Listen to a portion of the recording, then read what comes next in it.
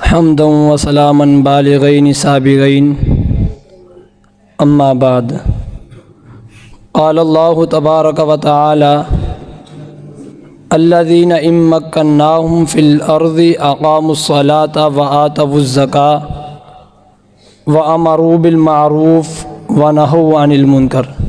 صدق اللہ العظیم۔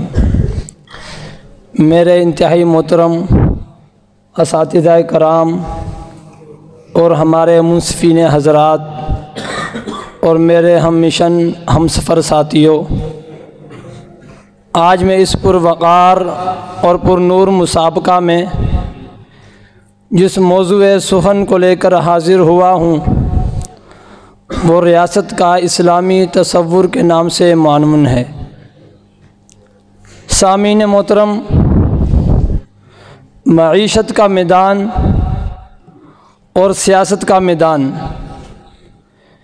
اسلامی ریاست میں زندگی کے دو ایسے پہلو ہیں جنہوں نے موجودہ دور میں انسانی زندگی پر بہت گہرے اثرات مرتب کیے، اور دوسری طرف یہی وہ بڑے دو میدان ہیں جن کے بارے میں عموماً یہ سوال بار بار اٹھایا جاتا ہے کہ اگر ان میں رائج الوقت نظریات اور رائج الوقت اصولوں کو اسلام کے خلاف قرار دیا جاتا ہے تو پھر اسلامی اصولوں کو نافذ کرنے کا طریقہ کار کیا ہوگا اور ریاست کا اسلامی تصور کیا ہے؟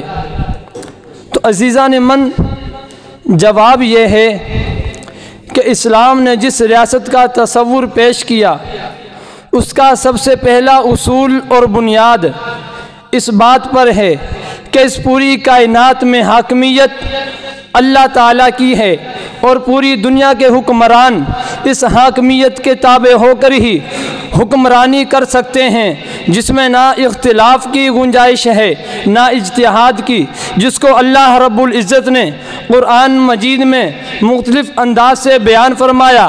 کبھی ارشاد فرمایا تبارک الذی بیدہ الملک، کبھی ارشاد فرمایا لہ ملک السماوات والارض، کبھی ارشاد فرمایا الا لہ الخلق والامر۔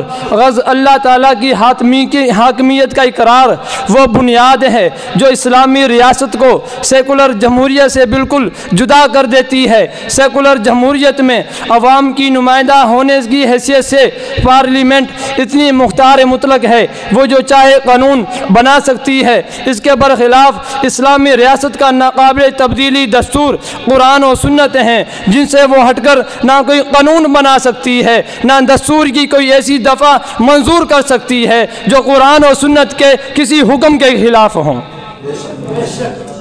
سامعین محترم، میں نے آپ حضرات کے سامنے ایک آیت مبارکہ تلاوت کی۔ اس آیت مبارکہ میں اللہ رب العزت نے اسلامی ریاست کے چند مقاصد کا تذکرہ فرمایا۔ سب سے پہلا مقصد اقامت صلاح، چنانچہ اسی پر عمل کرتے ہوئے خلفائے راشدین نے اپنے ماتحتوں کو نہ صرف نماز کی تلقین فرمائی بلکہ اسے ان کے فرائض منصبی میں سب سے اہم فریضہ قرار دیا۔ دوسرا مقصد زکوٰۃ کی ادائیگی ہے، جس سے یہ بات واضح ہو جاتی ہے کہ حکومت کا مقصد امیروں کے کسی خاص طبقہ کو تسکین دینا نہیں بلکہ غریب عوام کی معاشی حالت کو بہتر بنانا۔ تیسرا مقصد امر بالمعروف نہی عن المنکر۔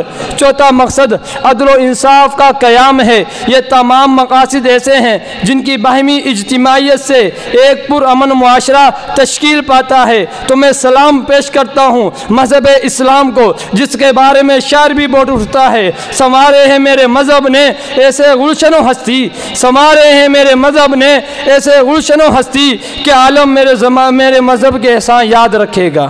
وما علینا الا البلاغ المبین۔